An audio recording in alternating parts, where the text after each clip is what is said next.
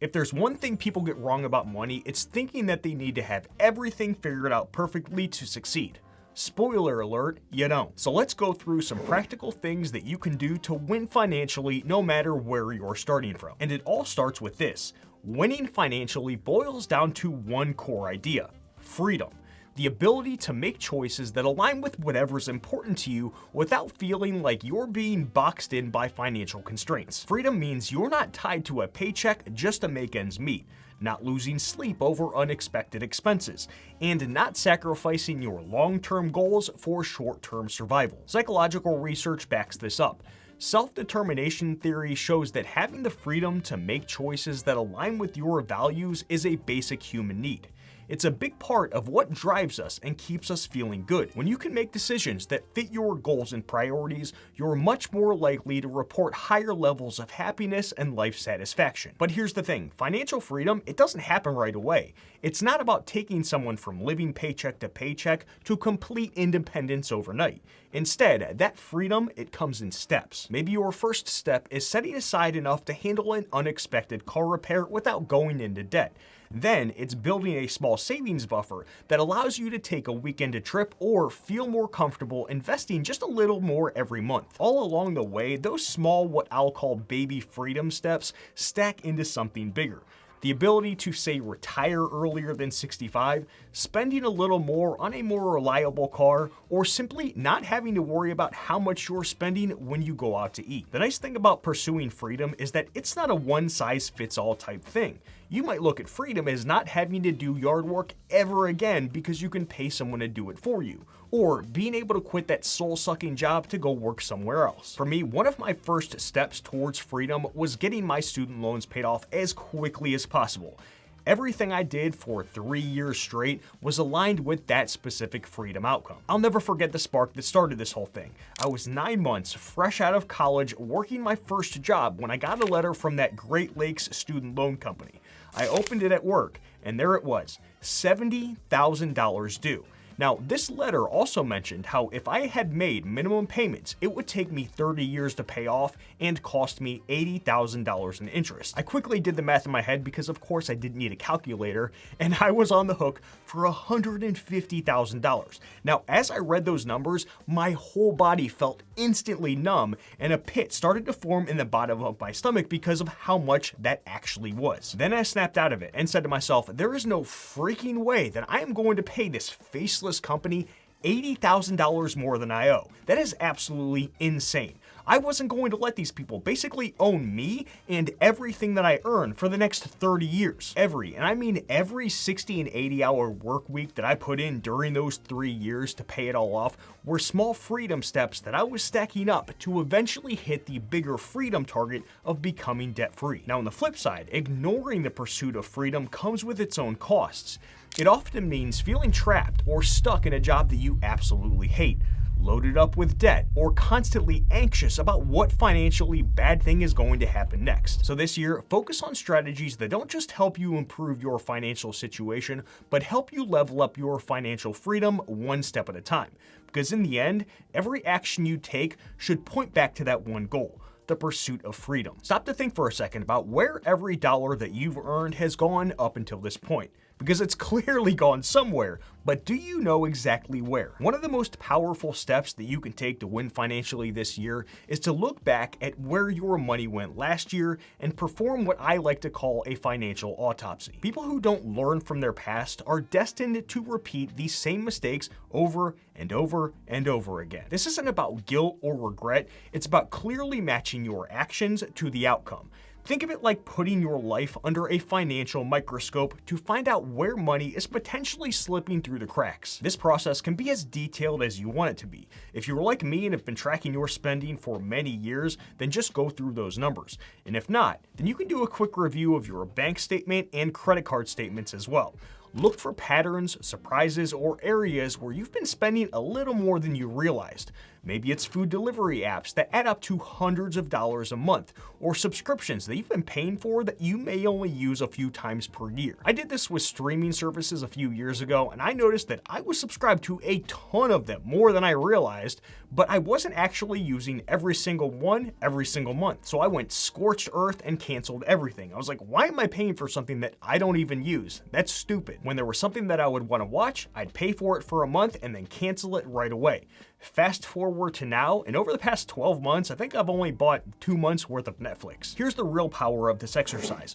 Once you identify those small silent killers, you can redirect that wasted money towards something more meaningful. Maybe it's building your emergency fund, paying down debt, or spending the money on things that you consider to be of higher value. To be clear, there's nothing wrong with spending money at all, as long as it's going towards something important to you. If buying food from those food delivery apps is really important to you, then please, go get your head checked. I'm just kidding. Keep doing it if it's that important to you. And maybe get your head checked. But remember that if everything is important to you, then by definition, nothing is important to you because you assigned the same value to everything. The goal with this one, simplify your financial life and focus your resources where they actually matter. By clearing out the financial clutter, you're setting yourself up not to just survive financially, but to level up. Help support my little dog Molly as well as this channel by hitting that thumbs up button. A few years ago, I decided that I was going to stick to the perfect financial plan for the year. I had everything mapped out. Okay, I'm going to spend and save this much in January, this much in February, March, April, and so on through the end of the year. Every single penny had a purpose. But by the end of the second month, the whole thing was screwed up because my dog at the time, Cooper, RIP, destroyed a ligament in his knee. There went a few $1,000s on surgery. I felt like the entire plan was a complete failure. What the heck was the point if everything was just gonna get screwed up anyways? And that is when I realized that I was focusing on the wrong thing. The goal wasn't to stick to a flawless plan, it was to make consistent progress. No, everything didn't go as planned, but the fact that I was tracking my spending and adjusting along the way, that right there was progress. By the end of the year, everything ended up way better than I had expected, and Mr. Cooper fully recovered and was healthy again. Behavioral research backs this up. Studies show that tracking your progress dramatically increases your chances of achieving your goals, even if things didn't work out perfectly.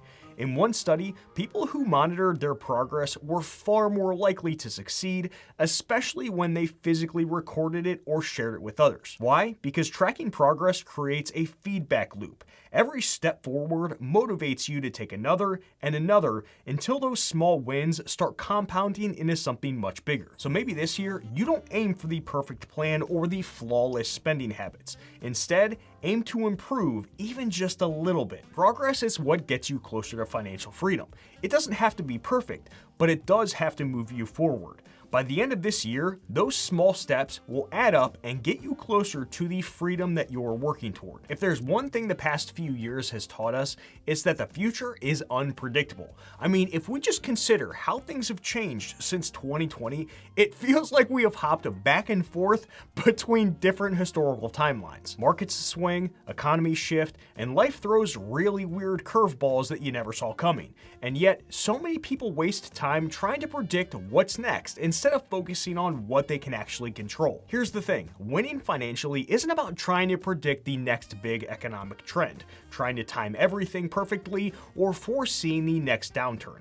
It's about preparing for the unexpected and putting yourself in a position to be able to adapt no matter what happens. Preparation beats prediction every single time. Think about it. Instead of trying to predict the market, you diversify your investments so you are protected no matter which way it swings. Instead of waiting for the perfect time to save, you build your emergency fund now, so you're ready for whatever life throws at you. Instead of hoping that some outside environment aligns perfectly with your current situation, you focus on building your own stability, creating a foundation that supports anything you want to do whenever you want to do it. And here's an important reminder that, to be honest, I have to constantly remind myself of. Humans are incredibly adaptable. Think back to a time in your life when things didn't go according to plan. Maybe you lost a job, you faced a financial setback, or you had to change in a way that you didn't expect. What did you do? You adapted. You found a way to move forward. This is easy to take for granted, but it is one of our greatest strengths. Preparing for the future is great and all, but knowing that you can adapt when things don't go as planned, that right there is invaluable. The beauty of preparation is that it works both in good and bad times. When things go well, you're ready to capitalize on any opportunity. When things go wrong, you're resilient enough to handle it all. One of the best ways to prepare financially is to ask yourself, okay, if X happens, what would I do? If your car breaks down, what are you gonna do? What if you lose your job? What if an incredible opportunity comes your way? Thinking through these scenarios helps you build a plan that works in real life, not just in theory. Oh, and by the way, sometimes it just happens that no one can plan for, and there's no way to sugarcoat the fact that it straight up sucks. Get used to it and get comfortable with it because that's just how the world works. As you work to win financially this year, stop trying to predict the unpredictable. Focus on preparation, trust your adaptability, and remember, the stronger your foundation, the more confident that you're going to feel no matter what comes your way. One of the biggest traps people fall into when trying to win financially is confusing wealth with lifestyle. The new car every few years, that shiny watch, or the extravagant vacation. They might look like signs of wealth, but more often than not, they're just signs of spending. Wealth, on the other hand, is invisible. It's money that has not been spent. Think about it. The people who are truly wealthy usually don't feel the need to project it. Their wealth is sitting quietly in investments, savings accounts, or businesses, not on their wrists, parked in their driveways, or plastered all over social media. But here's the flip side of that coin. Sometimes wealth is exactly what you see. Some people really are way better off than you, and they can afford to spend lots of money. They've worked harder, they've taken more risks, built valuable skills, or simply had more luck or family resources to start with. And you know what? Who cares? That's life. There's always going to be people further ahead than you. The key is not letting someone else's financial situation dictate your choices. Just because someone has a higher income or more generational wealth doesn't mean that you need to outwardly project a lifestyle just to keep up. At the same time, don't let envy drive you to trash those people who are better off. In fact, trying to do that is one of the fastest ways to derail your financial progress because you're too busy looking at everybody else like you're rubbernecking on the highway. Instead of focusing on appearances, focus on what wealth actually means to you. Maybe it's being debt-free, having more free time than someone else, having the freedom to quit a job that you hate, or knowing that you can handle an emergency without breaking a sweat. Wealth isn't about what other people see. It's about how secure and free you feel. Here's a mindset shift for this year. Let go of the need to impress anyone. Build wealth for yourself, not to show off to others. Because at the end of the day, no one on the internet cares about the latest thing that you blew your money on, I promise. Letting go of that need to impress others is one of the fastest ways to start winning financially. Most people set financial goals that feel safe, just realistic enough to be achievable, but not ambitious enough to really move the needle. And I get it, playing it safe feels less risky, but if you want to make a real impact this year, it's time to think bigger. This is where the double it rule comes in. The idea came to me after I read The Magic of Thinking Big. At first, I was a little skeptical because of that corny-ass title, and I almost skipped it. But once I got into it, I realized there's real power in this concept of thinking bigger. If you haven't figured it out yet, here's how the double it rule works. Whatever goal you're aiming for, double it. Want to save $5,000 this year? Set the goal for $10,000 instead. Hoping to pay off $1,000 in debt this month? Make it $2,000. Thinking about asking for a 5% raise? What if you aimed for 10%? The power of doubling your goals isn't about whether you actually hit the exact number. It's about shifting your perspective to approach the whole thing a lot differently. When you aim higher, you start thinking bigger and finding creative ways to make it all happen. Even if you don't hit the doubled target, you'll likely end up further ahead than if you stuck with your original goal. The byproduct of this approach is that it forces you to ask better, different, and sometimes uncomfortable questions. Instead of saying, okay, how can I save $250,000 over the next 10 years? You start asking, how can I save $500,000 over the next 10 years? I know this sounds insane, but that subtle shift leads to bigger, better ideas, and often bigger results. You might be thinking, oh my gosh, doubling everything? That sounds super overwhelming. But here's the key. Focus on the process, not perfection. Break that goal into smaller, actionable steps. For example, want to save $10,000 this year? That's about $833 per month or $192 per week. Want to pay off $2,000 in debt this month? Look for ways to cut expenses, pick up a side gig, or put any unexpected income directly towards the balance. The double it rule isn't just about money, it's a mindset. It's about challenging yourself to think bigger, dream bigger, and push yourself beyond what you thought was possible. And when you apply it consistently, you might surprise yourself with how far you can go. This video to your left was picked specifically for you. Hit that thumbs up button before you go. I'll see you in the next one, friends. Let's get after it. Done.